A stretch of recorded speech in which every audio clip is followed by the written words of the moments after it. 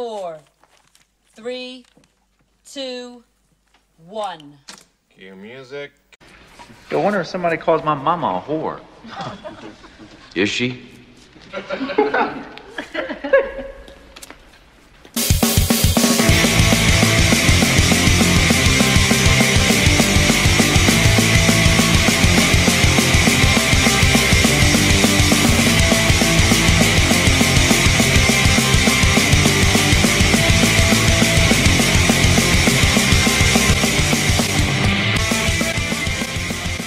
Welcome to Be Kind, Let's Rewind, the nostalgia podcast no one asked for, with your hosts, Chris, Leaf, and Shadwick. All right, what's up, everybody? Welcome back to Be Kind, Let's Rewind. This week we're talking about Roadhouse. So, what's up, Shadwick? What's up, Leaf, man?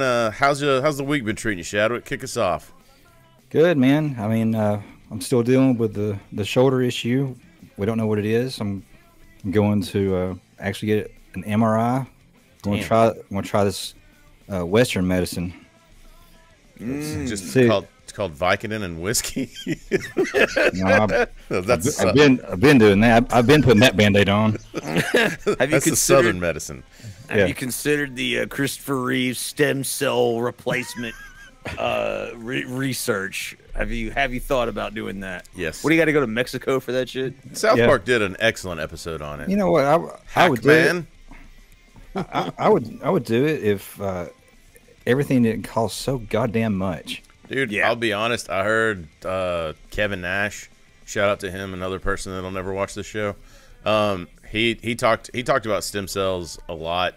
He's got them done, and a lot of those guys say that it's awesome for like a few weeks, and then it just kind of peters, and then you're back to where you started. Yeah, or at least on some old, whatever they were doing. But also, yes, they were going to Mexico and all kinds of fucking places to get them. So You need fresh cells continuously. well, hopefully the shoulder gets corrected soon, man. Well, I'm also afraid if I went to Mexico, I wouldn't be able to get back in the country. You do. You have a rap sheet. So, Leaf, how's everything been treating you this week, man? You mean a body count? You say tomato, I say tomato. Man, well, I was boring by comparison, dude. I literally just sit in the dark closet alone, man. That's it. That is it, dude. I like that. Time to come out. Yeah. We're glad you can come out of the closet for us. That's what we're glad for. So My family's conservative. Absolutely not. So Well, hey, speaking of coming out of the closet, I want to play a little game with you guys real quick. I'm going to read two descriptions, and I want you guys to tell me which one of these descriptions sounds like a gay man. okay. Are these gay men having sex Or working out. or working out? All right. First one, he holds black belts in both Korean Hapkido and Taekwondo. He joined the U.S. Navy and served in Vietnam. While serving with the 6th Fleet, he won the NATO Heavyweight Kickboxing Championship. Yeah. So what's Are we supposed to guess gay or straight? I want to read this other one now to you. okay. And you tell me which of the two sounds gay. Okay. He took lessons at his mother's Houston dance studio. Let's see. During college, he pursued multiple artistic and athletic skills such as ice skating, classical ballet, acting in school plays. He also tried football, but had a knee injury. And then he practiced but never mastered some martial arts like wushu, taekwondo, and aikido. Now, which one of those two sounds gay to you? Well, I assume the second one is Patrick Swayze. Yes, it is. And I'm going to assume the first one is, I don't know. The first one is Jimmy, the heavy, the bad guy from Roadhouse. Oh, really? Oh, the one that looks like he could actually fight. Yeah. Wow. Yeah, the one that's not doing a pirouette. He was, but he was in the Navy though, so that's, you know what I mean. Like there was some hints, but everything else, a lot of semen. Yeah. Wait, is he actually gay? I don't know. I'm just going off stereotypes. He's just playing a game. You know, there was no end to this. That was the joke. He did say he liked to fuck guys like Patrick in prison. he did say that. So I used to fuck guys like you in prison. And I wanted it to stop like on Happy Gilmore and be like, you fuck guys in prison? Like, just ruin the fight. Yeah. When we watched that the other night, I was like, I wonder how many takes they had to do on that. Like, how many times did he have to say that? Yeah, that's another hilarious scene though. I don't know if like Shadwick should have caught this. This is right up his alley. Do you remember at the very end when Patrick Swayze's like Mercedes is like careening towards the bad guys? Did you hear their conversation? Right before that happened? About the fucking blonde chick, the blonde that could suck start a Harley. And with us suck starting Harleys, that'll take us over to.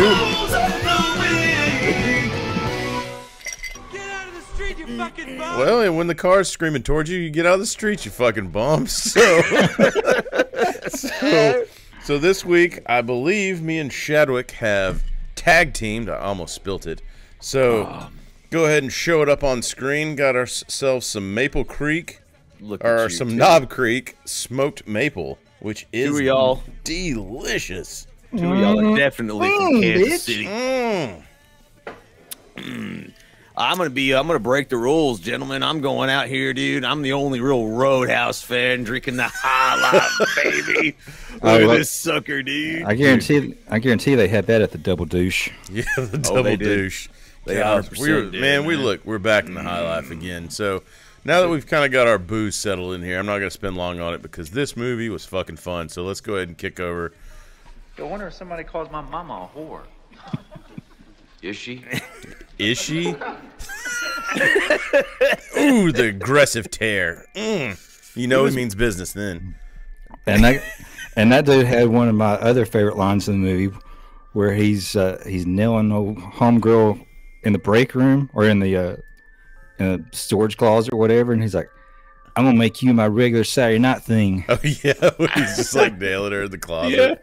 Yeah. So I'm on my break.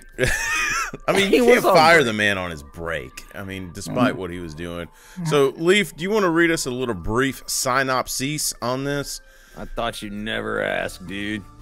Absolutely. So, of background, though. Just that one below me, though. It's a good one, dude. It's a good one. Roadhouse, of course, gentlemen, and as everyone knows, for fans of this movie. And can you make this synopsis quick too? Like, yeah, let's see if I can do it uninterrupted. Let's try it. You kept stopping the last time. All right, Roadhouse, a 1989 American action film directed by Rowdy Harrington and starring Patrick Swayze as a cooler at a newly refurbished roadside bar who he protects in a small town in Missouri called the Double Deuce from a corrupt businessman. And that's all you need to know, because the rest is tits, ass, fucking, and fighting. Fucking and fighting, man. So, sounds like Saturday night. Saturday night that I wish I had. Instead, I was sitting at home, hanging by my neck in my fucking closet. I don't know where the hell he is. For all I care, he could be hanging by his neck in his fucking closet. So your orgasm is half as. I think the kids at my twice as good as last Thursday. Yeah, right? I think that the kids my age were calling it parodying it. Anyway, so when was the first time you guys remember watching this? And I'll start because I actually had an ex-girlfriend that was obsessed with Patrick Swayze. And I'm sure it's from this movie and not that other one, right? Yeah, no, absolutely. Well, To Wong Fu. oddly enough, was like, I think, one of her favorites of Patrick. But we worked our way through the God Tu damn, Wong Fu. I'm glad she's an ex. Yeah, and we worked Thanks our for way. all the memories. Yeah, then we worked our way. I think watched the Dirty Dancing, of course, and then we watched this one, and I was like, oh wait a minute, is there more of this? Like, cause I can get on board with this. Like, sign me up, man. So, but I was like, dude, I think I was in my like early 20s before I really like sat down and watched this, because I don't know why, but Patrick Swayze, I think at that point in time in my brain was everything he was doing was a chick. All I was thinking of Dirty Dancing, right? So I was like, it's Patrick Swayze, chick flick. He hasn't. I don't believe the SNL appearance had it registered in my brain for whatever reason with the Farley stuff and the episode. It was so funny, but that was my first one, man. I don't know what year it was, but I think Point Break is my favorite of his movies. Oh, That's yeah, an excellent film. absolutely. Dude. Yeah. That was another one I was late to the party on too, man. Yeah. So This one, I can't tell you exactly when. I know it wasn't in '89 because I know my 10-year-old ass wasn't watching it then. My parents, as far as R-rated movies, when I got up, 11 or 12, probably, they would they were kind of loose on what they would let me watch, as long as it didn't include sex. yeah, and this one did. Yeah. So I do like distinctly And plenty remember- of it. I do. And they did a good job, because Chadwick turned out just an absolute paragon of chastity and virtue. It was a good parents that let Chadwick be a shining example of like- what you shouldn't show your kids. Yeah, they're like, Sexual explicit material. they're like, well, you don't need to see this. I'm like, well, I need more of that. No, Well, I'm but going to do it. I do. I distinctly remember I was watching this with my parents, and I was somewhere in that 12, 13 maybe, and it got to the part we were talking about where the guy was in the storage room with the girl, and I remember my mom just like erupted. She's like, nope. and then a few minutes later, like it must have just like stuck in her brain. She's like, it looked real. And she looked over to your dad. She's like, can you imagine how he would have turned out if we had let him actually watch that sex? Just imagine. It just run into it cuts, strange. it just cuts to Chadwick in the closet of a bar doing the exact same thing. Reenacting. It'd be like the end of Hall Pass. Yeah. I'm just like burying bodies. Burying in bodies. Leaf, when was the first time that you saw this movie? Dude, mutual friend. So many stab wounds. I ashamedly missed this one too. This one didn't interest me when I was younger.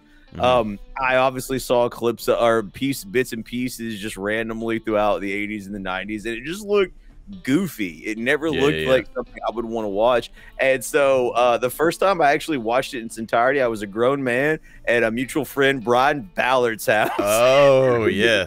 Thank Shout you, out Brian. Brian Ballard, baby. Shout out Brian Ballard, dude. Quick, And fucking heal up, baby, and then it's chongers on me. So if y'all know him, y'all know exactly what that means.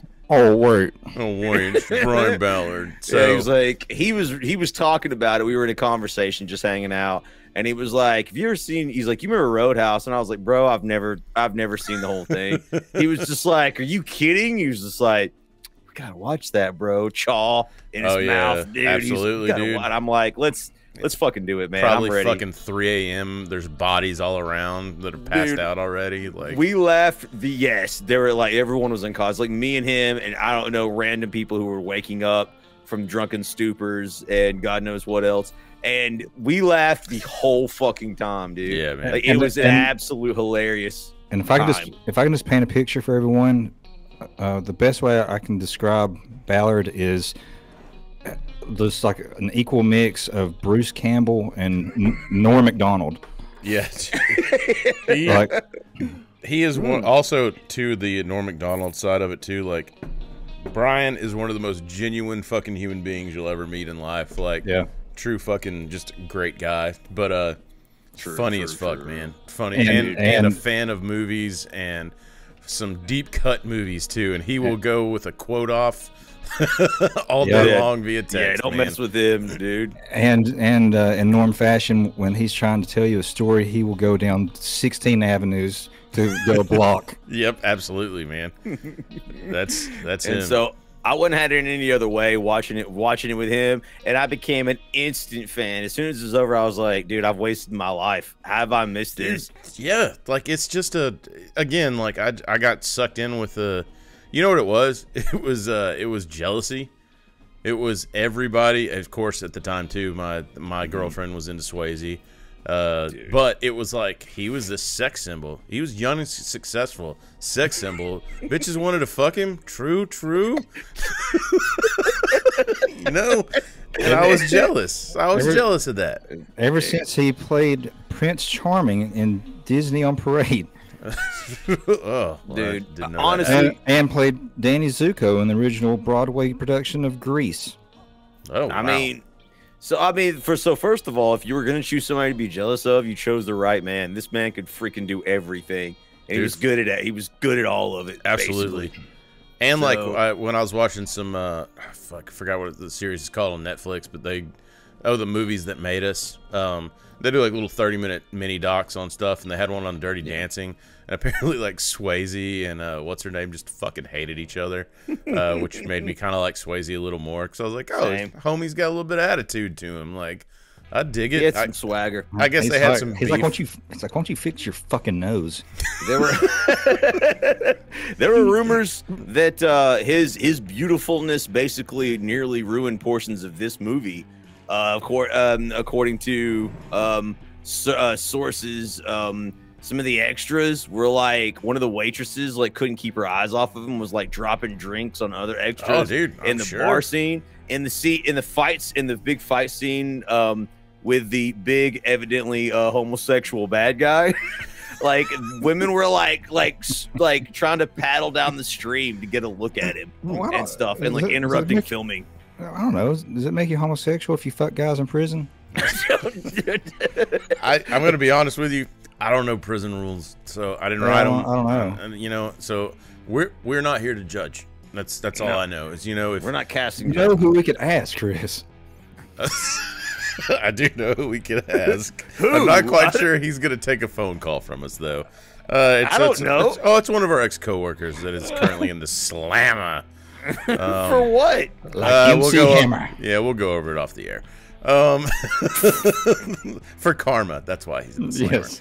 So, I just recently, literally just got done watching it before we hopped on here again. I watched it earlier this year or earlier last year, I guess, since we're in 2024. What the fuck? You know what got me, Leaf, and you'll probably get this joke. The fat fucking suspender guy was straight the fuck off Streets of Rage 3. He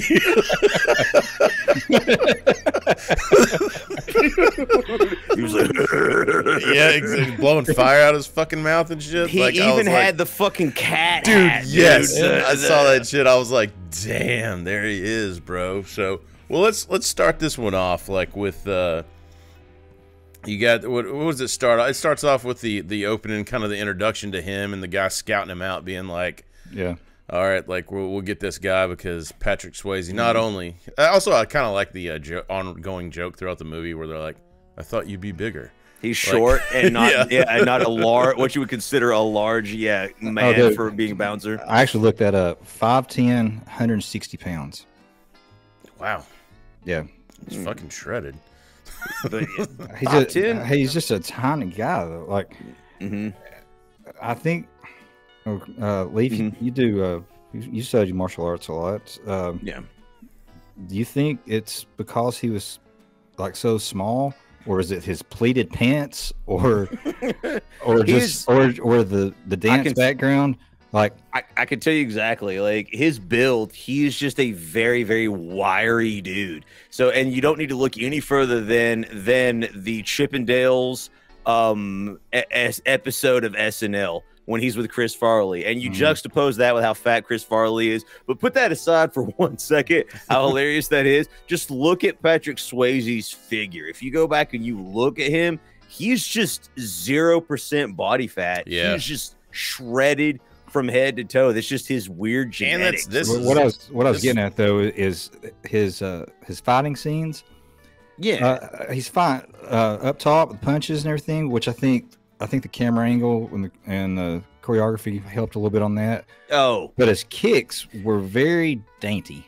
Yeah, okay. I really had a problem with it. Yeah, I can tell. Okay, so that I can also tell you the reason is two things. He studied wushu kung fu, which is very acrobatic-esque, right? Like there's a lot of gymnastics involved in it. A lot of flash, man, right? A lot of flash and flare. And to be honest, like the kicks I saw, like, are everything like technically pretty sound from what I saw of, like, but to Leaf's point, it's like pro wrestling, right? There's a big fucking wind up, there's a big to do, there's a big, you gotta kill him with that, with that kick, the round kick or a side kick or a savate kick or why? Yes.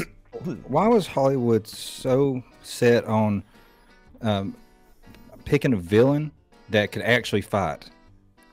And I mean, like we talked about earlier, the guy that played Jimmy, which was the hired muscle or whatever.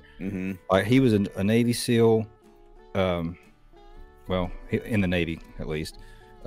But just a badass, real life badass. He won the kickboxing championship in NATO, black belt in 2 different styles. And you're right, it shows. Yeah, like his fighting style is like it looks more legit. In my opinion, in the 80s, we're obviously spoiled. Like hindsight, we've actually got, like, as time has progressed, obviously, gone are the days of the Steven Seagal, look at Jean-Claude Van Damme,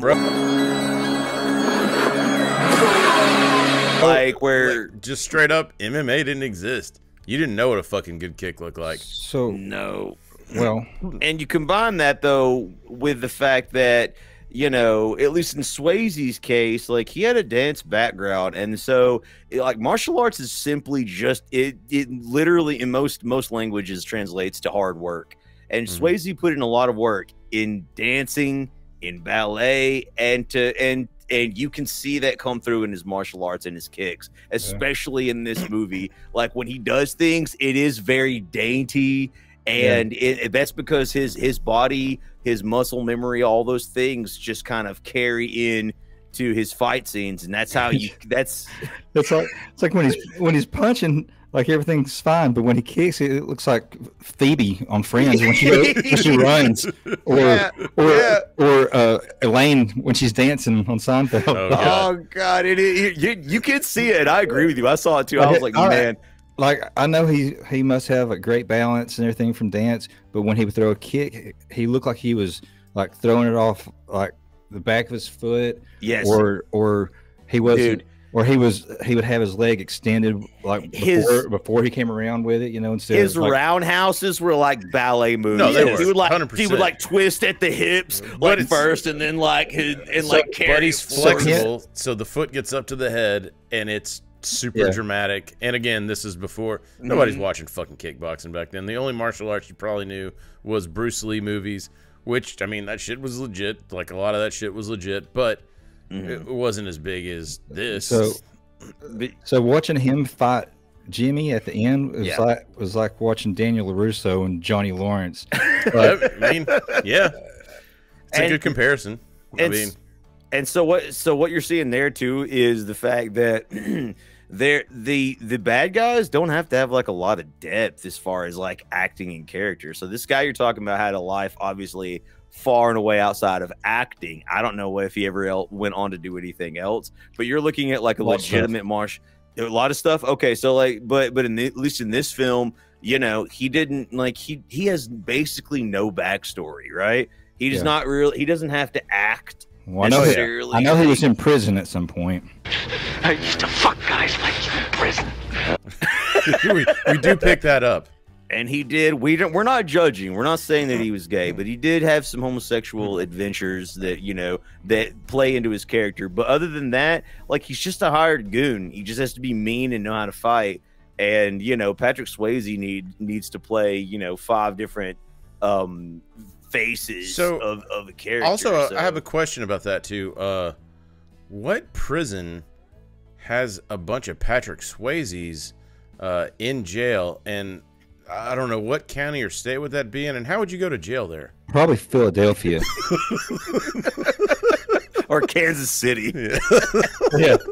I'm just saying, like, I mean, if one were a podcast host wanted to get in jail with these Patrick Swayzes, I'm just saying, like, and how would I do that? Let's see, what else? What else is San Francisco famous for? Oh, guys sucking and fucking each other. We'll Google it. Yeah, we'll Google it. Like we said, when we start this movie out, you have the big opening scene. You have he's being scouted to bring him out to the bar. I mean, what was his price? Oh wait, Australia. That's where all the hot prisoners are. That's where all the hot. We're moving on. We're done. Where all the hot everything is. It's very true. So anyway, he's offered, what is it? Oh, is it $500 a week? $5,000 up front, right, and then like $500 a week. And he's just there to clean the shit up, man, at the double deuce. Which actually, to relate to a story I had this week, we had a big snow kind of sort of wintry weather all over the United States. They ordered out food for us, which was nice. So we got Buffalo Wild Wings. So I have been taking double deuces all day because of that. So shout out to Buffalo Wild Wings. We're very much aware that you put laxative in all of your food, and that's what you do. And there's no question at this point. And you got the Asian zing. It's sponsor our podcast. Sponsor our podcast, Buffalo Wild Wings. Please, we're going to let your secret out that you put laxative in everything. So anyway, he's going to the double deuce, man. So help me along here, guys. I don't know where he was originally, but he's at a bar. He gets hired by a guy who owns the Double Deuce, an entrepreneur. He has money now. He came into some money, and so Patrick Swayze goes out there to Kansas City, Missouri side. I have a friend that lives out there, and it is ironically, strange enough, you would think Kansas City, big city, but the Missouri side is a little, for lack of a better term, a little country, and you kind of see that here. He gets to the Double Deuce, and it is just every bit the shithole I'd imagine, and very reminiscent of a Columbus, Georgia place where Chris and I had many misadventures with almost got our ass kicked by some bikers. So indeed, that's what this place reminded me personally of. Yeah, it's got 100%. Chicken wire in front of the stage. It is just an absolute total shithole. Like we were in a band before. I played in several bands before and after. I can honestly say never have played a venue with a steel cage in front of you, but Brian Ballard has, and he showed me some fucking pictures. Like when he toured his band with him and Eesh, look him up, EESCH. When he said they were toured, he showed me some pictures, man. They played a couple shows. Do you remember where it was? It was in California somewhere. I think either California or maybe Texas. I can't remember because they did like a whole loop in a van or some shit. But yeah, man, he had pictures and they were playing. I don't think like it was violent or anything. I think it was probably like leftover from back in the day or maybe. Yeah. But anyway, I thought that was pretty cool. I was like, oh, wow, you actually get to play in front of the old chicken wire, so people can't throw shit at you. That's hilarious. And so Patrick Swayze scouts it out, and that's exactly what it looks like. I mean, people are just sexually harassing women. They're fighting. They're stabbing each other. They're like Mr. Nimbus on Rick and Morty. They're fighting, fucking, and fleeing. Fight. Fuck. Flee. So like you just can't stop it. Yes. Was that a thing? I mean, was that really happening in the 80s with like girls just like taking their tops off in the middle of a bar and dancing around? Chadwick's like, and I mean, is that happening right now? Because if that was happening, what city would that be happening in? And how can I get there? Where is the double deuce? I mean, everything is like exaggerated, obviously, this movie, which makes it kind of campy. Yeah. But it's like it feels so good though to go back and watch it because it's just entertaining. Because the women are, like Shadwick said, the women are basically just like dancing on top of the. It's like when someone tells you about the wildest night of their lives. I'm gonna be honest. Like a Tuesday here. That should still, yeah, it is. It's taken to like turned up, but like I mean, we all have known and may even be married to girls that at some point in time of their life were like, "This is my favorite song. I'm getting up on the table," and then like like it's just the tequila. Yeah.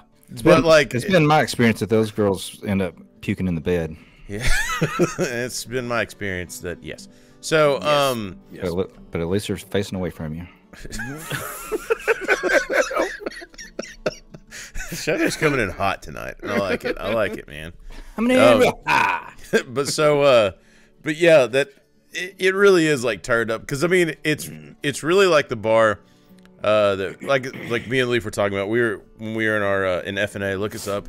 We're on all streaming services because we're kind of a big fucking deal. Anyway, we played a show. We played several shows at this bar. It's a biker bar, and we definitely did not belong there because we were a pop punk band. But the owner was so fucking nice, paid us really well, and just kept the staff liked us. Like it was fun to go see them and play, but. Man, we pissed off a biker one night, and the long story short, we can have this in bonus content. There was an autograph signing gone awry. We were told by his girlfriend to put a dick on this album cover because she thought it was funny. He thought we did it on our own.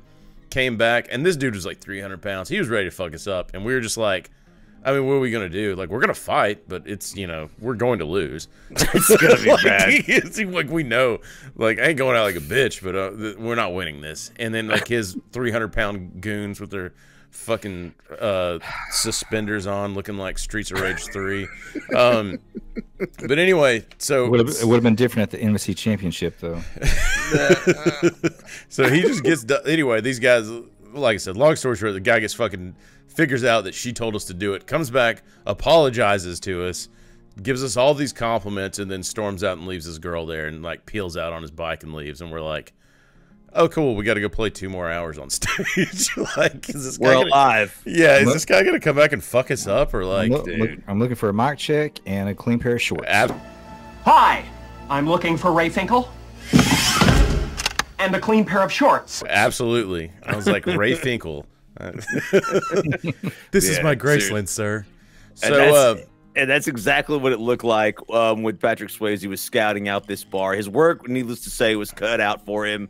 Like, and of course, he runs into one of Chris's favorite actors, no doubt, a Terry Funk.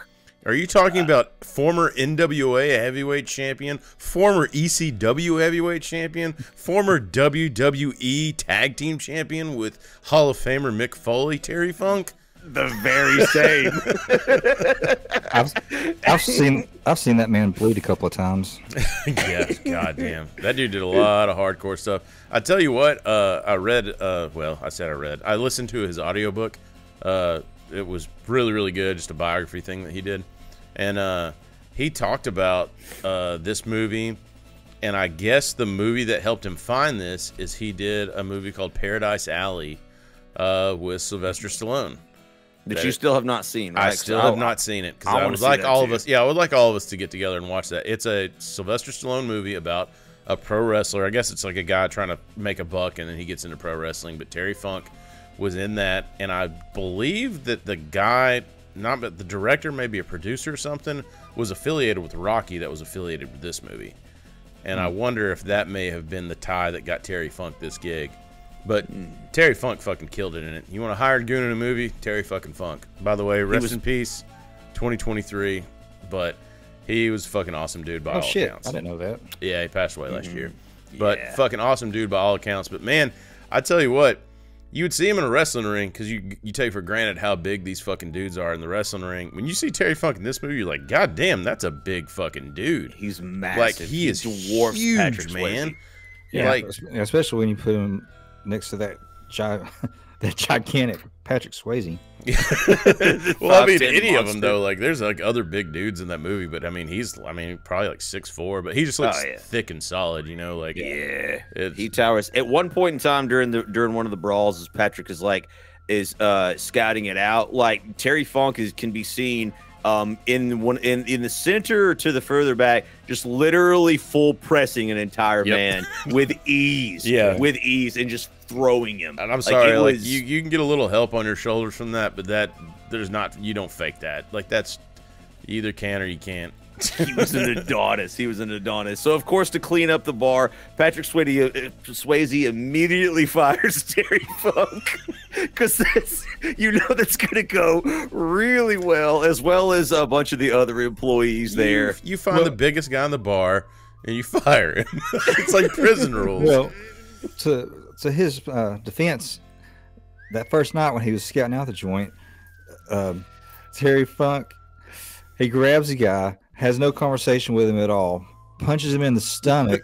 When the guy bends over, writhing in pain, he throws him into a table that's full of other people sitting there trying to enjoy their evening. Yeah, Terry Funk basically starts this guy's face, and that's okay, because that's what Terry Funk does. And just ruins the night of those poor patrons sitting there trying to have a drink. I'm gonna be honest. If I was sitting at a table, if it was us three, and they're like, "Oh, here's our special guest from Be Kind, Let's Rewind," and Terry Funk throws unruly patron on our table, I'm gonna be mad.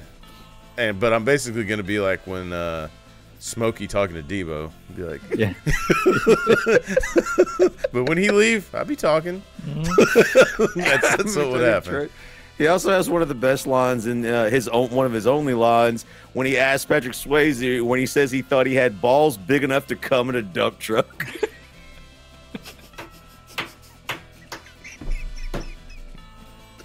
Sorry, I couldn't let this. Does that burn? Well, that was water. That's not water. If that had been whiskey, that would have been up my nose, and that would have been a bad time.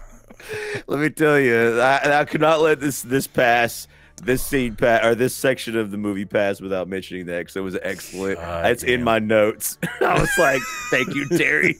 Rest in peace, you absolute king." And like, I mean, all the women in this, man. Like, when he gets there, like we already talked about the scene where she's in the bathroom, and that girl's just, I bet that tastes good. I bet it does. And so he's around the girl in the bathroom.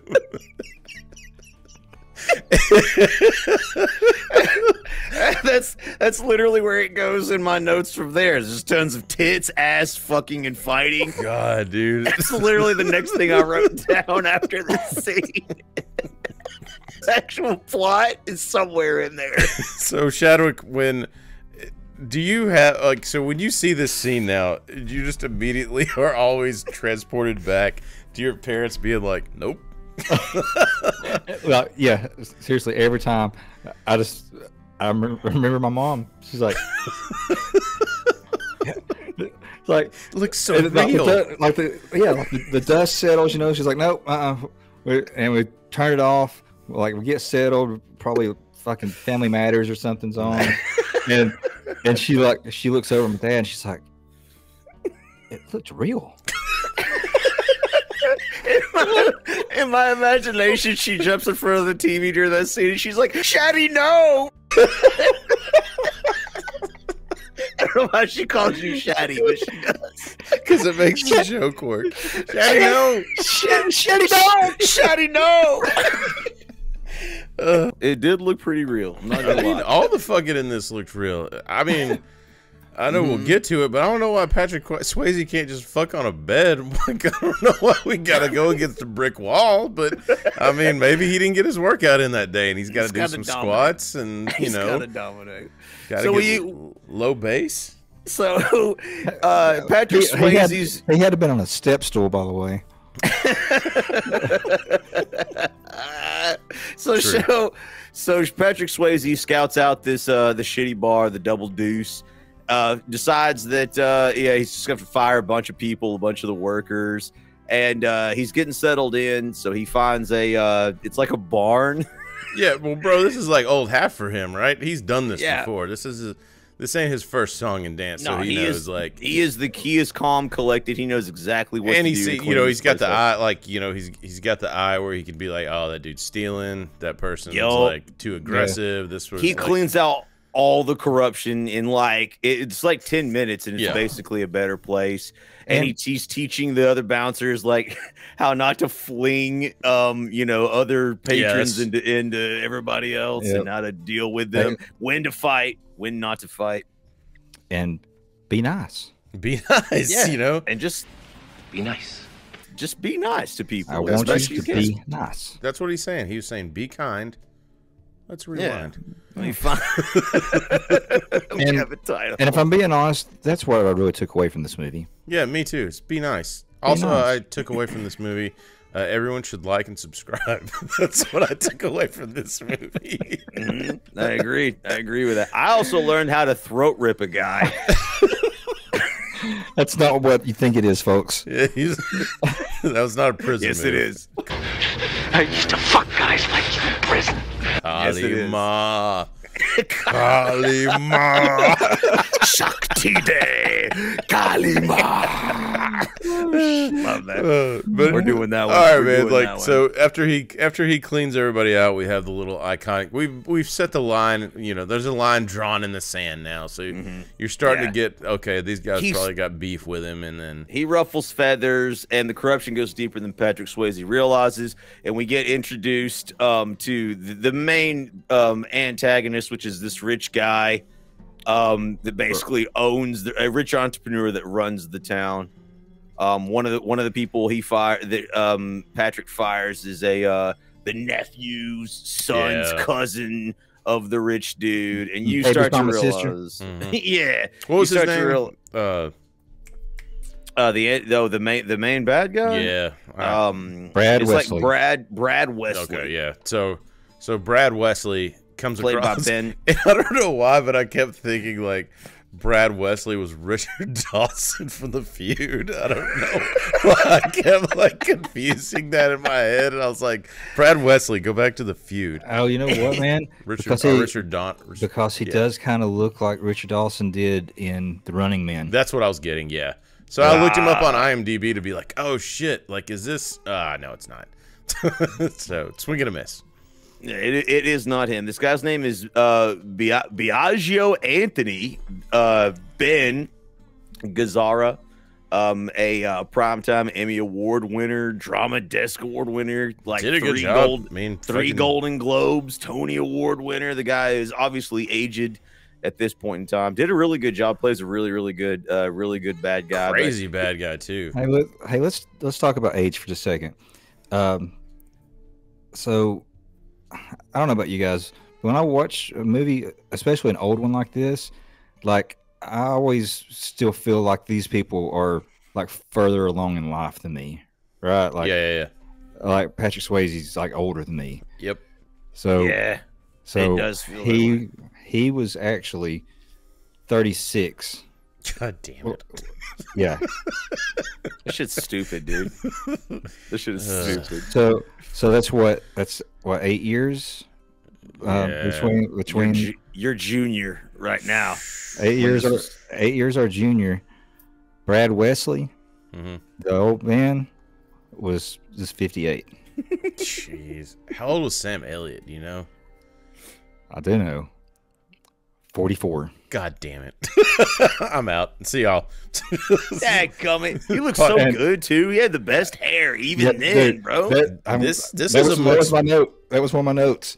If it had been in the genetic cards for me, I would have had that long, thick gray hair with that fucking beard and everything. Like, yeah, he had the scruff and the perfect casting too. Like, you want like just the right amount of scruff. just like that. That look was fucking amazing. Like, just on him, like, because really cool. I mean, we know everyone else probably knows him like later on, you know, with the mustache and all that stuff. But dude, he pulled this. He was looking like a badass, man. Yeah, he did. I don't go fuck with him. And they called him old man, dude. I know. Man, fuck you guys. Yeah. Yeah, that first scene when he shows up there and like saves Patrick Swayze from getting his ass kicked. Like, what does he do? He kicks that guy in the knee or something and takes him down, and then he's pushing his hair back. He's like, "Damn, that hurts, doesn't it?" Yeah. I think he nut punches him too, or maybe that comes later. He kicks him. He kicks him after, like, in the leg. There was a line. Kicks him in the balls. There was a line that never made sense to me though. Like right before he starts fighting, that big tall guy is like, "Were you going to fight, Dickless?" And he goes, "Well, I sure as hell ain't going to show you my dick." Like, it doesn't make any fucking sense. Look, man, it's a heat of battle. You're not going to get fucking gems coming out like when you're about to fight somebody. Well, that's true. When I get mad, I can't even talk. So exactly right. Shadow turns into a stubby arm mute when he gets mad. And also, I mean, let's not forget, he was 44 years old. He was basically ancient. At least that's what this movie would have you believe, that he's just over the hill and washed up completely. I bet his dead leg probably felt like my shoulder does. Dude, no doubt. Dude, so how Patrick's holding up better than all of you guys, and I did fucking pro wrestling for like, bro.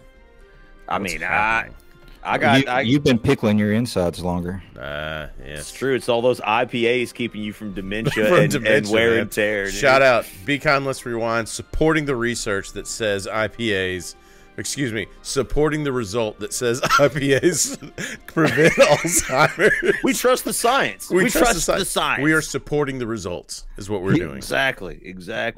Except he can't complete a sentence. Yeah. I'm sorry, who is you? The side effects. All medicine has side effects, Chadwick.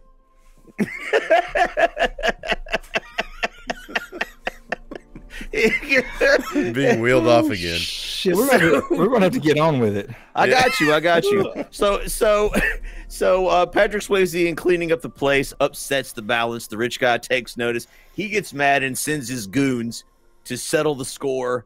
Patrick Swayze gets stabbed or slashed, and of course he still beats their asses because he's Patrick fucking Swayze. And he goes to the doctor, where we get introduced to the love interest. And this is when she has her glasses on, right? Yes, and she's got the little lab coat. They're flirting from the get-go. What? You missed what? You missed what the did gorilla. I miss? You missed the gorilla. Oh shit! So did I talk over the gorilla? Play it again? No. I'm just saying. Come on, dude. Look, I bet that I was trying to tastes good. So I'm just saying, with her, I prefer her with glasses. Just throwing it out there. I thought the glasses were a better look. She's so fine. I prefer her butt ass naked, which we see later on in the movie. You know what though? I'm pretty sure I first saw her in Curly Sue, which came out like in '91. How many movies have you watched? Played by so she's played by Kelly Lynch. Yeah, I'm not sure if she was in Mary Sue or Curly Sue. She was also she was in Curly Sue with John Belushi. Really? Oh. Or Jim Belushi. Yeah, it would probably been Jim. It was in the 90s? Yeah, according to Jim. Yeah. That guy. And she was in Cocktail. Oh, really? Shit. Yeah. With Tom Cruise. Yeah. Good for her. That's another movie I haven't seen in a while. So she was on my radar. By the time I saw Roadhouse. So I gotta say, I was a little disappointed in the boob area. Really? Well, because I had seen her like in bikinis and stuff. I'm like, she looks fit. She's probably a swimmer, maybe volleyball. She's tiny. I'm not gonna Chadwick's lie. fantasy. Sometimes she served him cocktails on a beach after a volleyball game. But it was done swimming. There's very little hang in there. Yeah, Chadwick, I'm pretty sure those were said implants. thanks for the memories and moved on with his life. Now this is the '80s. This is where fake were invented, gentlemen. Now Brad Wesley's girl that got up on the stage and made an ass of herself. She might have made an ass out of herself, but she made a fucking grandfather clock out of me. Going from 6 to midnight.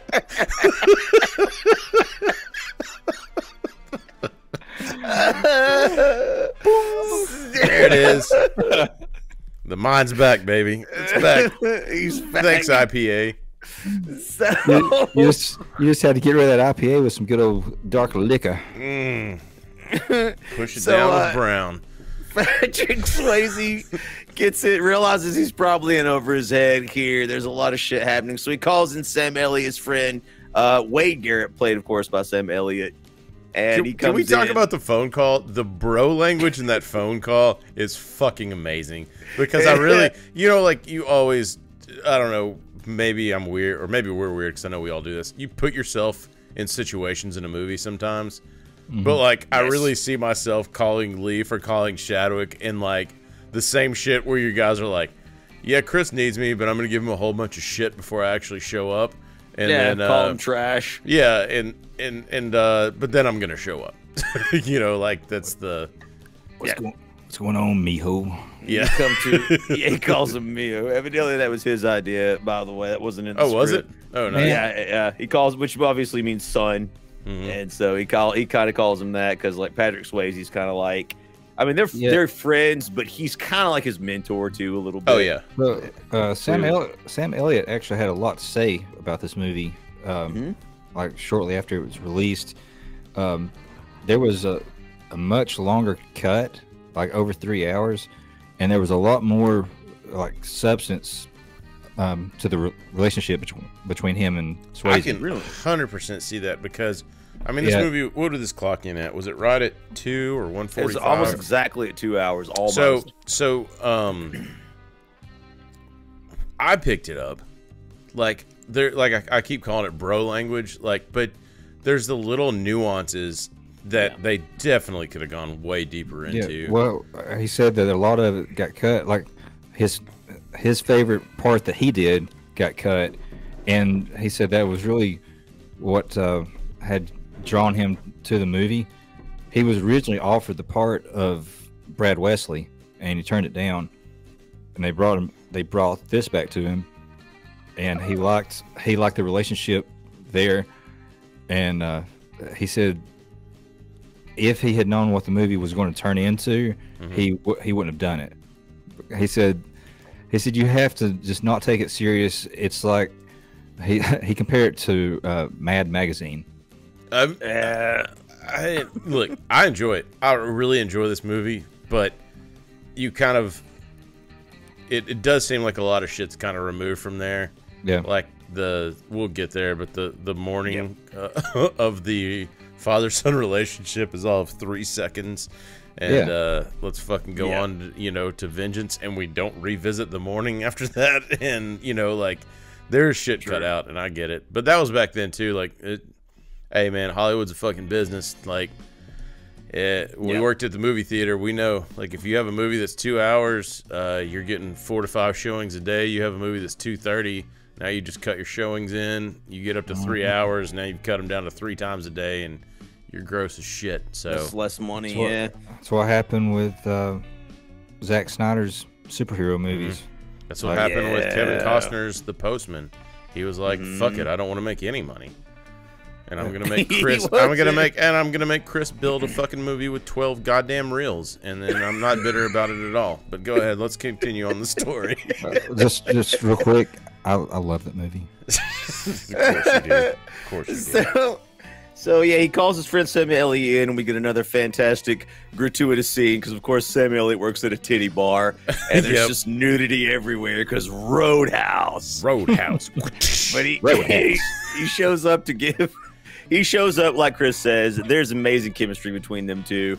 And you could tell they just work so well. He's together, getting his fucking ass straight. Swayze's getting his ass handed to him, and they're like having a fucking cheeky conversation. And it's like because he knows, like, okay, I'm about to size these motherfuckers up and get you out of this. Like, love it. He shows up to the bar, and the rich bad guys, goons are beating the shit out of Patrick Swayze in the back.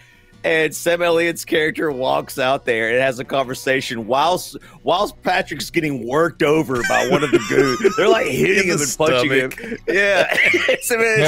He's negotiating whether he's going to show his dick to this guy or not. Yeah, Sam Elliott is Sam Ellioting all over this scene because he is unfazed and unworried by any of this happening. And this is like when they're delivering the cool booze, as shit, right? man. Yeah. That character was just cool as shit. So like this is when they're delivering the booze, right? Like when they interrupt the booze thing, which kind of leads me to shit stuck in my head this week. Now you face the Shredder. The Shredder? Maybe all that hardware's for making coleslaw. And if you want to relate that to this movie, basically Sam Elliott is Shredder. He just beats the shit out of the Ninja Turtles. Well, 7 shades of shit. I nominated that one this week. It's been stuck in my head because you guys don't know, but Chris joined us in the 44-year-old damn era. Congratulations, Chris. So in honor of that, I got you a little something here. Oh shit! Turtles. That is a Shredder condoms, a lifetime supply. I'm sorry. Shit! Maybe all that hardware's for making coleslaw. You got me a Shredder, fucking Shredder. Yes, I did. Yes, that's fucking amazing. Thank you. Thank you, Jan. Yeah, man. That's awesome, dude. Nickelodeon. Yeah, man. You know, sponsor our podcast. Yeah, sponsor our podcast. That's fucking awesome. Thank you, Chadwick. But yeah. All right, back to this. So yes. So because he tries to Patrick Swayze's got connections because now the town is cutting off the bar's booze after they finally get the right clientele. Rich guy's just fucking everything up. He likes, for some reason, it doesn't really go into it. I mean, I suppose he just likes control, but he likes everything being fucked up. He likes the corruption. He likes running the town. And so Patrick Swayze is the bunky rich and all of those works. And what about the whole fucking again, I love this. I love this movie. There's some derpy shit in here. There's derpy shit in every movie, right? Like, so he's like literally across the fucking water from the bad guy, like where he sleeps. Like, it's so convenient and so hilarious that he's just Patrick like. Swayze's. I like the one line where watching him fucking have a party like in this first night sleeping there. Yeah, for some reason, Patrick Swayze over here. Patrick Swayze and the main bad guy live right across the street from each other. So for some reason, you can see him bad guying all over the place, dude. Like, so Wesley has Dalton come over to his house, and he's going to like try to hire him away from that place, whatever. And so he's giving his whole speech about how he is really the good guy, how he's like made the town better, bro. And then he goes, JCPenney's coming here because of me. I know, and that's.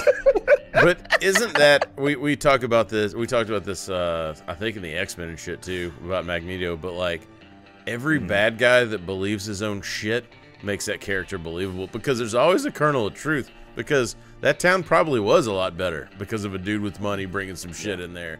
Yeah, in his mind. Yeah, but right. I think when you're like having people drive a monster truck through a car dealership, which happens a little bit later.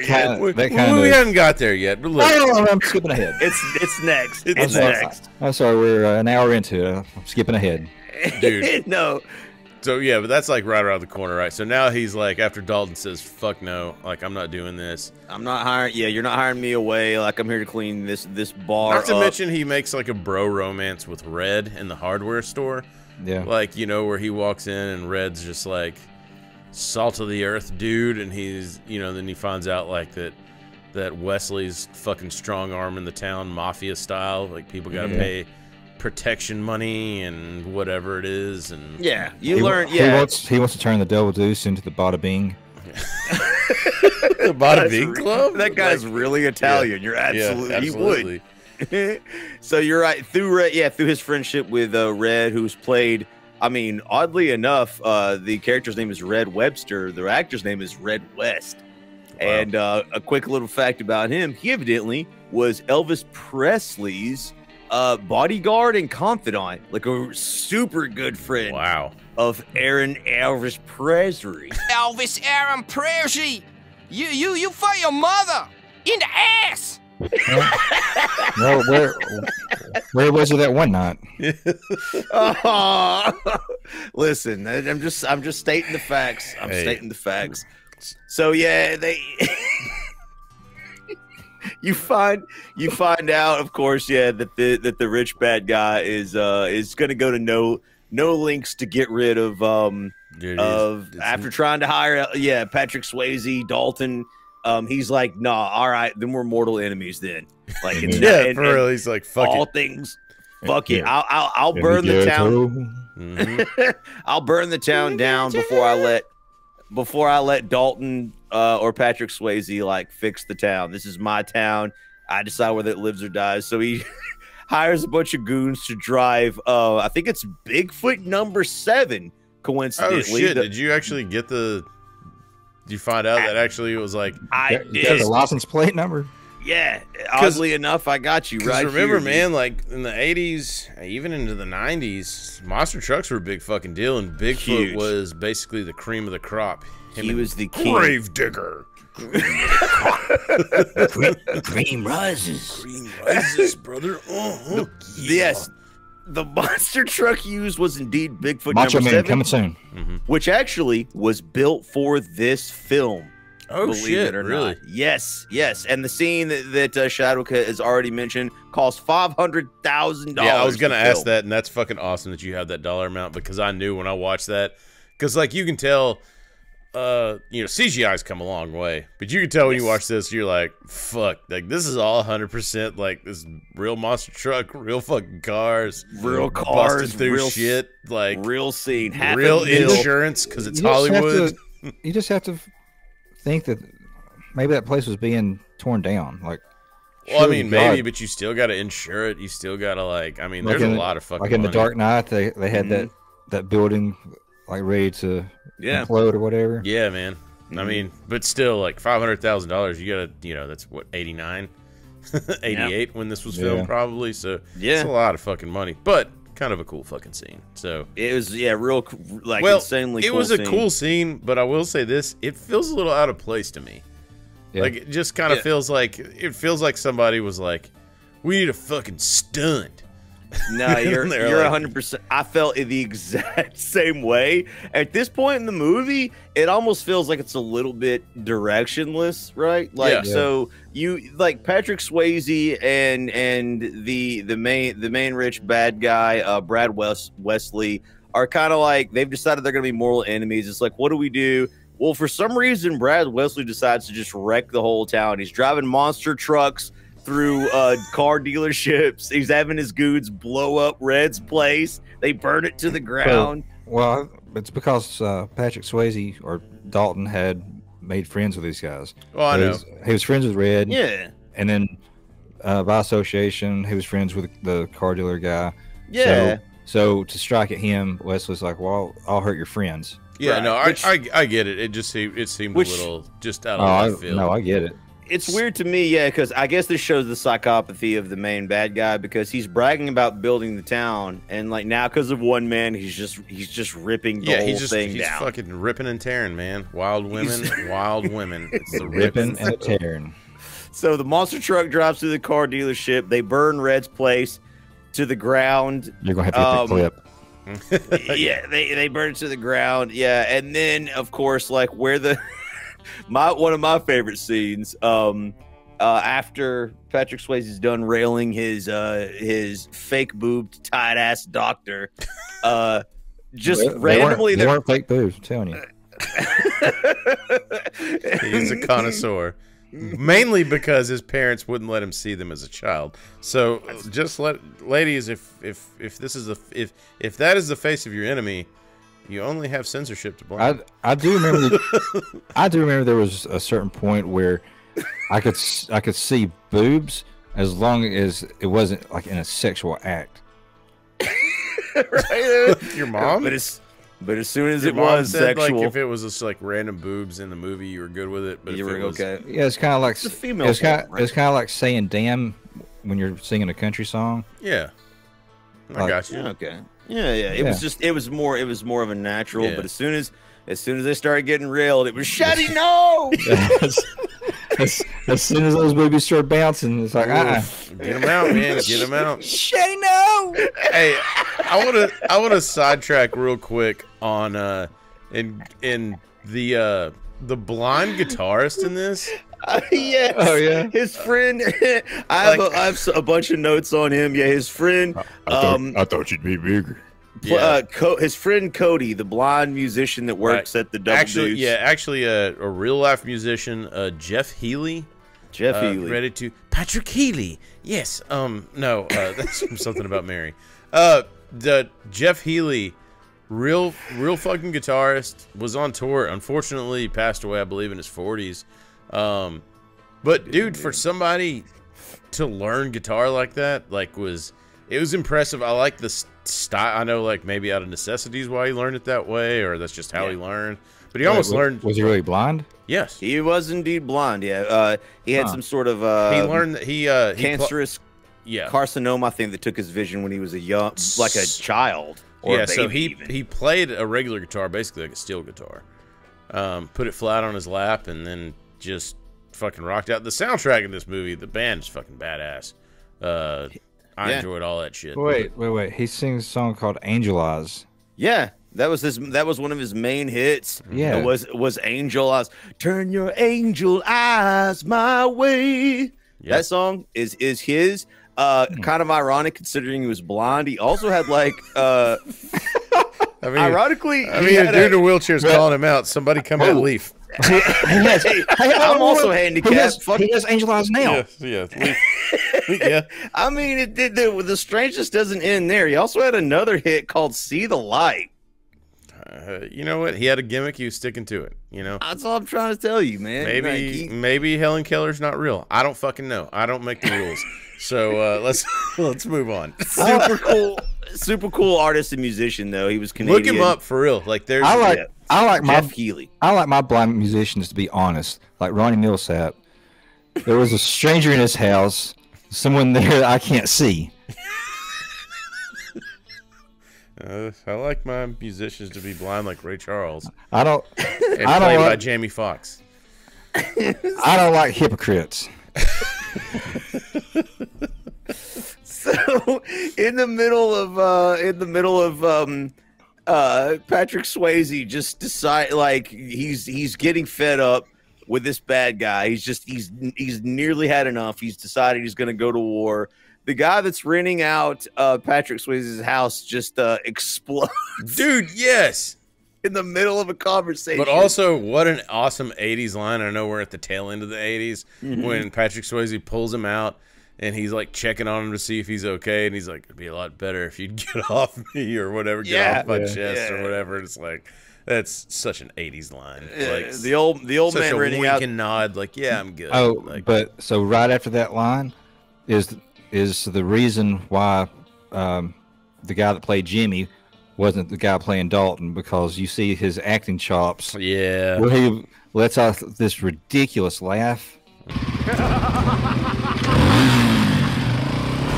It's like Skeletor laugh. Yeah. because he just blew up a guy's house. Yeah, I know. It was seriously, yeah, you're 100% right. And then they had their epic fucking showdown, right? Where this is what got me too. Is this is 1988? This was filmed maybe 87. I don't fucking know how long it took to produce movies back then. Released in 89. Why the fuck was this fucking movie not a video game?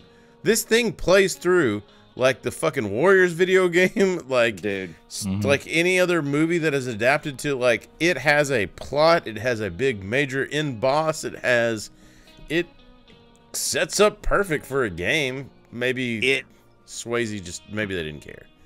I think it actually was planned to be a video game, and there was some developmental and licensing issues. If I'm I not say mistaken. that, then I backtrack and say, in '89, am I going to buy a game with fucking Patrick Swayze on it as a dude who was, in the eyes of advertisers, the primary people buying video games? Probably not. But the plot itself would make a badass video game. The video game company was like, last time we made a game from a movie, it was E.T. They're like, and then we decided to make this Teenage Mutant Ninja Turtle games for the NES, and this Chris Lowry kid fucking killed 400 or 500 people, and we're apparently doing away with water levels going forward, guys. That's the end of this meeting. Meeting adjourned. Meeting adjourned. So absolutely. So the main fight happens. The fight of fights. Leaf, talk me through this fight. Talk me through this fight where you have your ups and downs of who's gonna. Did you ever? I know, like we watched this later on in life. To me, watching this, there never was a shit. Like Dalton may lose this. Yeah. There never was that to me. No. Like you just knew it was coming because you already have the Overlord bad guy, which kind of sucks because this should have been the fight of fights. Yes. Yeah. It should have been at the end. This could have been should have been like the final scene, basically, right? Considering how the main bad guy meets his end too. Yeah. Like this should have been Patrick Swayze's. Like, in my opinion, this was his moment because the main bad character is not a fighter. So you know in the back of your mind when he finally catches up with him, he's gonna be fuck him up. Yeah, he's gonna fuck him up. There's gonna be some dirty underhanded tricks. Throw the fucking salt in his eyes. He's gonna have some flash paper. That was probably the biggest tragedy that there was no pocket sand moment. Okay, so I'm glad that you said that. When they're fighting on the beach, and I just continually stare at the sand, waiting for a bad guy to throw the fucking sand in the good guy's eyes. It's right I'm like, there. Like waiting, like, dude. Okay, just do it. Just do it. Just fucking do it. It's like the trapdoor in a Scooby-Doo cartoon. Yes, like you see it. It's like it's outlined. Like you're like they're gonna fall on that. Like, but I'm like, where's the fucking? Just throw it. Just ninja kick the damn rabbit. Do something. Like absolutely. But no, he just leaps out around. Yeah. Dude, he does, man. So like, yeah, they go back. It's the it is.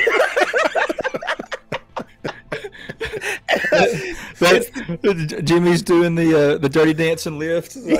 He's like, it's the quintessential '80s fight. Each guy gets a they get their shine. Gets a punch. It's your fucking pro wrestling fight, man. You got to give a little shine to the baby, give a little shine to the heel, and then then you go home. And when he unfortunately when he said he went home, he just went.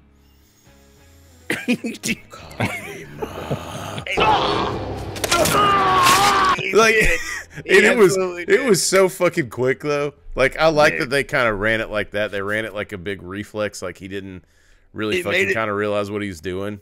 It made it more. He was so mad because he's just fed up with the main bad guy. He's just upset. Like Patrick's character now and they alluded to the Memphis like incident, right?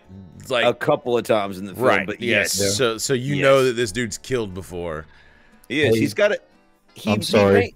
Did you guys happen to catch when Sam Elliott is in the restaurant talking with Dalton? And he's talking about what happened in Memphis, and he's talking about the woman. She's like, she never told you that she was married. That woman. Almost calls her a cunt. Yeah. I feel like Sam Elliott just left that in there for us. Yeah, I think he did. Probably. I think that was a wink and a nod to be kind of let's rewind.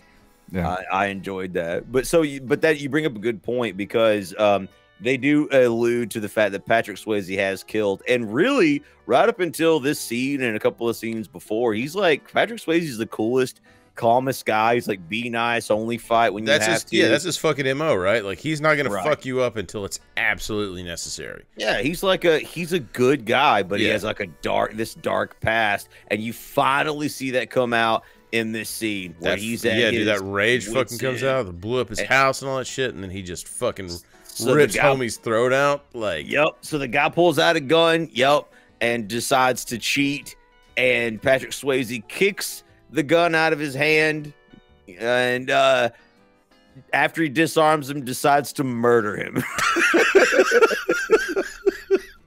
He couldn't help it, man. An unarmed man, he rips his throat out, and the doctor comes. His doctor girlfriend comes running down. What a great fucking camera angle, though, too, to shoot the scene where the back's to the camera, so you can't see anything. So you know the prosthetics are already fucking there. So he just comes over and fucking good little camera angle, good little Hollywood trick, and then of course cool. What's great is she goes because she's a doctor, right? She's gonna help him. She turns him over and realizes that he doesn't have a throat anymore, which I guess kills you instantly. I don't know. I'm not a doctor. So it's in the movie, Chris. Yeah, you're dead instantaneously. He doesn't have a throat anymore, and instead of call an ambulance or let's start CPR, she angrily storms away like a girl that was mad at Chris because he's had too many beers at a goddamn bar. So just leaves him there, doesn't call the police. Yeah, just doesn't call the police. Storms off because I had one fucking too many beers with my friends. You know, that's which I am almost positive makes her accessory to murder in court of law. I'm almost positive she could do jail time for that moment alone. Well, how about right before the explosion? She's upstairs and they're having a little argument. Yeah, and she says "You're as bad as Wesley. You're gonna save the town from him." And then she just screams out, "But who's gonna save him from you?" Yeah. It's the most over dramatic moment for her. If I was Patrick Swayze's character, I would have been like, "And you fucking operate on people for a living?" Yeah. This is her big acting moment with my sarcastic ass face of. So it's still not. It's so Patrick murders a guy, the main, but it's still not over. No charges pressed. And then he floats him across the fucking water to where he came from. Yeah, and throws him in the river. It's still not over. The movie continues as if nothing happened. And so the guy's not floating out enough, so Patrick Swayze gets a stick and kind of pokes at him, pushes him out. Side note, a gem I bet you guys didn't find. You know the girl the first girl that comes up to Patrick's little loft, that's the bartender or the waitress at the restaurant. Yeah. Do you guys remember the Family Guy episode where the Griffins have to go to the country because they're in witness relocation because Chris saw a murder or some shit? Yeah. And then so vaguely, yeah. So there's a girl in that episode or a guy in that episode. You think it's a girl, and then Chris kisses her, and her name's Sam, and he's like, oh shit, you find out they're like, oh god, they thought it was a boy. That. Yeah. She voiced that character. She voiced Sam in that Family Guy. Yeah, I did some digging because I was like, I fucking know that voice from something, and I just kept digging, and I it's fucking a Family Guy, dude, a bit fucking character, but it was stuck in my head, and I was like, yeah, so it was Sam from that fucking episode. That's a deep ass dive, bro. Anyway, there you go, guys. The same thing happened with me, Leaf. I was watching The Crow, and the guy played T-Bird. I had seen that movie I couldn't tell you how many times, but I was looking away from the TV, and that guy was talking, and I was like, holy shit, that's the dude from Commando that gets dropped off the bridge. Oh shit, yeah. God, did you also know that? Dude. Do you know that T-Bird ain't my baby's daddy? I've heard that. All right, dude. There's going to be a lot of shit cut out of this. So go ahead. So good luck, future Chris editing. God the main bad guy calls Patrick Swayze, and they have this part fucking pissed me off. This made me mad. They have a conversation, and he basically gives him an ultimatum. He's just like, somebody's gonna die if you don't get out of town, and I'm gonna flip a coin. It's gonna be, what are the choices here? It's a real Shadow kind of made the Joker-esque comparison. This guy's fucking kind of up there mentally with that shit. Where he's just thinks he's doing the right thing, but he's pure evil. So he he's given the choice to save either the doctor lady.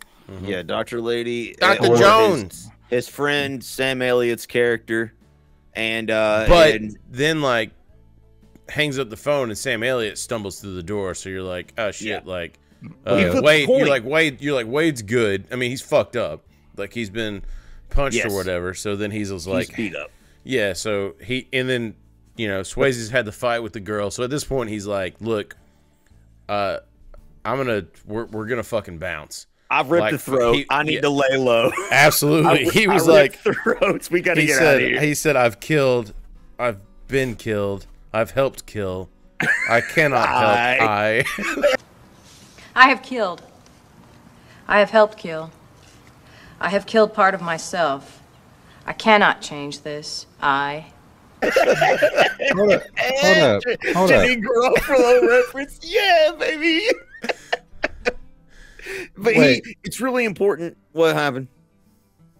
I think we're out of order. Are we getting something wrong? Well, no. He flips a coin. So hold on. There's one thing I wanted to mention. But all this happened before the throat rip, didn't it? No. Nuh-uh. After. Really? Yep. Yeah. He's like, basically, you killed one of my main guy. Like, you're tougher than I thought. So in the phone conversation, he's basically like, I'm gonna kill somebody you care about. I'm gonna kill your girl. Or I'm going to kill your best friend, basically. And then he was like, you decide. And, of course, Patrick Swayze doesn't say anything. He's not choosing between the two. And the guy was like, tell you what, I'll flip a coin. And this is really important because he does flip a coin, like, on screen, catches it, like, flips it over, and then tells Patrick Swayze, I wish you could have known the results, and then hangs up on it. Hangs up. And then that's when Sam Elliott, like, comes in. And he's been fucked up by the dudes. So and then Patrick Swayze's had this, all right, man, fuck this town. I'm out. He's had an epiphany. He's gonna go make sure the doc's okay before he leaves because he doesn't want her to be killed. Obviously, they're not gonna kill Wade, his best friend, dad, whatever it is, mentor. And so then he leaves to go make sure she's okay, and leaves him at the bar. And then she's a complete bitch. Yeah, she's a complete bitch. And so but she's like, just have a beer. You just have a beer and calm down, which I related to. I was like, yeah, just do that. And so like he goes, and she's a complete bitch because she witnessed a murder. It's an accessory. And she's an accessory to murder at this point. And then so he finally is like, fuck this, I'm out.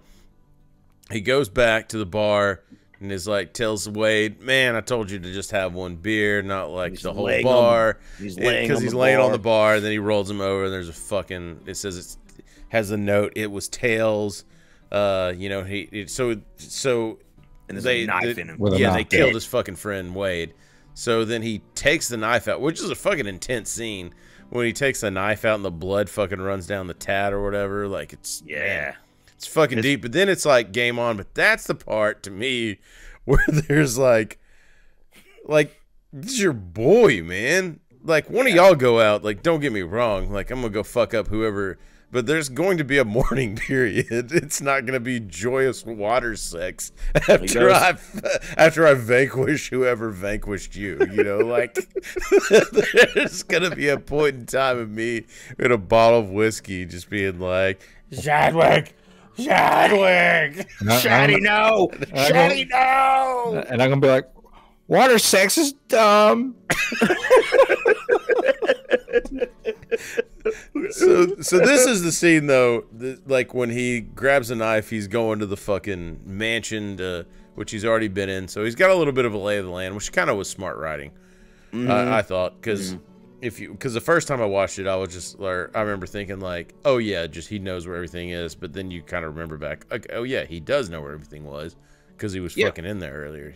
And he lives across the street from the bad guy. Well, he does. Well, I mean, he was so observant earlier in the fucking bar, so like he's got that skill set where he can walk in. And so anyway, this part plays out like a fucking video game, and it's awesome. And I love this fucking scene. Yeah. This is an amazing scene. Even the fat guy from fucking Streets of Rage, like, but a polar bear fell on me. I know. Dude, like it did, and you were encapsulated forever in a fucking video game, you fat fuck. I was like, can I help? Can I send you to our sponsor, Ozempic? Can we please mention when the fat guy gets the polar bear dropped on him? Can we please mention? I have it written down in my notes. Why does he go out basically like Curly from the Three Stooges? As a polar bear, yeah, he unloads. Yeah, he's like humana, like as it's like falling down on him. I was in fucking tears watching that. Like when I just watched it before we got on here, I forgot about that part, and I think actually what he does is. Yeah. Like, yeah, he does like the fucking Muttley thing. Yeah, he does the Muttley thing. And he's like, instead of running, he doesn't try to get out of the way. And he just fucking falls because he hates that room. You know, there's a lot of death in there. He's a gentle fat guy, but you know, then you have the final showdown of showdowns where the evil bad guy that should, you know what, this is very Vince McMahon versus Stone Cold. Where it's like, you know, Stone Cold would kick Vince's ass, but he's got all this pomp and circumstance around him, so he's just, you're gonna stick around and watch it. And it's the 80s. He's gonna have some tricks up his sleeve, and he does, of course. Yeah. He evidently is a absolute like Olympic like spear thrower because he throws a spear. Did you see it when it goes behind? It just keeps going, man. Dude, this guy has an arm on him for some reason. I don't know if he was in Italy and he learned like some sort of some secret like Italian spear throwing techniques, but he's throwing spears after, you know, and he managed to of course he shoots Patrick Swayze after Patrick Swayze just basically murdered his way through the rich person's mansion compound. And the best fucking part is it's silly as it is, it does kind of fucking wrap the movie up when the cop comes in there and is just like, what exactly happened here? And everybody's like, I didn't see anything. Yes, dude. So Patrick Swayze has the guy beaten, and he goes for the patented throat rip. He even has like the 3-finger dragon claw like cocked. He's fucking ready. To go. And then he realizes, you know, this isn't who he wants to be. All this rage and killing is just not him any longer. And of course, for some reason, the doctor is there. She shows up, but not only her, as Chris mentioned, but the rest of the townspeople who all take turns shooting and gunning down the bad guy one at a time with shotguns, no less. And they use the biggest blood packs ever. Which I was all fucking for. I loved that shit. I was like, yes. I laughed and I enjoyed every bullet. Seen that much blood since RoboCop. Dude, I was like, he finally gets his like comeuppance, right? You know, like they're all the townspeople that have done wrong get like a fucking shot on him or whatever. Oh yeah, and then like I said, then the cops roll in, and it's like that was like it just pans from every guy that this dude's fucked over to be like, I didn't see nothing. Yeah, the cop asked what happened, and they all didn't see anything, or they all said they didn't see anything, like Chris said, but they're holding the murder weapons with their fingerprints. The cop, but like also, I think like the insinuation is the cop also knows like what's going on, so the cop's like, yeah, and hats off to the cops who make no appearances in this film whatsoever. Not when people are getting beaten and broken and smashed. You know, like what do you think, man? Like the murder count is like fucking like 10. Like there's 10 bodies. Like, yeah, absolutely. I mean, at this point, Patrick Swayze falls under the serial killer. Dalton is now a serial killer because he's killed in Memphis. Or and then he's killed here. He's killed several times in Missouri. Yes. Like so, he's so this guy Wesley, he came to this town, had some money, and helped build a community. He pumped money into this town, this whole community. Brought it up from nothing, and then this asshole Dalton comes in.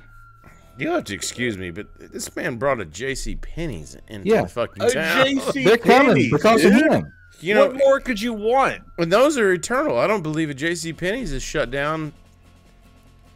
Don't look it up. Don't ever look it up. No, we don't need facts or logic here. Here's what we need to know. So this guy brought all this wealth to this town, helped all these people, and then this asshole comes in and this tries to destroy everything. Murders his nephew. Well, he just murders everything. Yes, comes into his own house and kills all his men. Mm-hmm. No, wangers on the glass at the Lana's Club. No good. and then to find out Dalton colluded all along with the townsfolk to murder and take over the town for themselves. Yeah. After he built it, all his investments gone, ruined. Which goes to show you, don't ever be the rich guy. Don't ever be the rich guy. Which is going to lead us over to... Oh, you didn't know? Oh, you didn't know? All right, guys. So in Oh, You Didn't Know, favorite fucking scene out of this movie. Leaf, putting you on the spot. Go. You got to fuck one, marry one, kill one. Go. Damn it, dude. This one's really hard, dude. Roadhouse is full of hilarious, amazing, memorable scenes. Dadgummit, dude. Shadow, go. Sam Elliott leans over and says, "That girl's got entirely too many brains to have an ass like that." And she doesn't have an ass. She's literally 108 pounds, dude. Damn. 6 feet tall. No, I pretty much anything with Sam Elliott. Yeah. I mentioned it earlier, but I do love the part where he shows up and he knocks that guy down and he goes, "Damn, that hurts, doesn't it?" That's a good one. He's just so fucking cool. Yeah, he is. I think that my favorite scene, which you wouldn't have been able to see the first time you saw it, Chadwick, was it the guy with the? Go ahead. When Patrick Swayze and Doc are having sex. Oh. And then she just starts laughing for I don't know for what reason she's laughing, but I would have taken very much offense if if we're having sex and you start laughing. I'd be like, is it just not big enough? Do I need to stop? Or like, what's happening? I'm fucking literally squatting you in the air right now. I mean, if he was proportionate, it's probably not much. All right, my favorite scene. I got it in my head. The line where the main martial arts bad guy says he used to fuck dudes like him in prison. I used to fuck guys like you in prison. Yeah. Because that fight scene is just everything you love about the 80s, including how it ends. It's true. It's brutality. Yeah. That's my favorite scene in all of Roadhouse. I've got to give honorable mention to one more scene. It's the first night when Dalton's scoping out the joint. There's a guy that offers another guy to kiss his wife's tits. Oh my God! For $20. Yeah, and he's like, and he's really? fondling her. Yeah, and he's like, yeah. So he's like sitting there like just squeezing her boobs up and down, and the guy goes, and he's just like mesmerized by him, you know. Yeah. And the husband's like, "Were you going to kiss him or not?" And he's like, "Oh, I can't." "What do you mean you can't?" "I don't have $20. It's just copper. And it's the exaggerated punch. It's the exaggerated punch. Yeah. That's a fantastic one. And then it does turn into like a Family Guy skit after that. It's like one punch gets thrown and then just like everybody starts. It's like it's the fucking dust everywhere. Yeah. So freaking funny. Like Heathcliff, punches coming out there. So I think we all can agree, like, this one is unanimous thumbs up, despite any of the faults that you may get. I mean, we got to realize too, like, what is 35 years old at this point? Oh, man. I did want to mention that. So this movie did like $203 million. Jesus Christ! But only 30 of that was from the box office. And really? I have a theory on it. This came out May 19th, I believe, 1989. Mm-hmm. June 23rd, 1989 was Batman. There it is. Tying into our shit, man. Guys, if you hadn't watched the episodes, go back and watch them. It's a good episode. Everybody in the comments, your favorite scene for this Roadhouse movie. If we've left something out, And if you don't have a favorite scene, just put boobs. Yeah. Yeah. I mean, there's enough here to go around. There's some good ones. That Shout does out. sound good. All right, well, we'll go ahead and take it over to our Norm Macdonald clip of the week. In a recent interview, Christy Brinkley suggested that football players should have special gloves connected to lights on their helmets. That way, when they catch the ball, you'll know who has possession. Read these and other interesting ideas in Christy's new book, I'm an Idiot.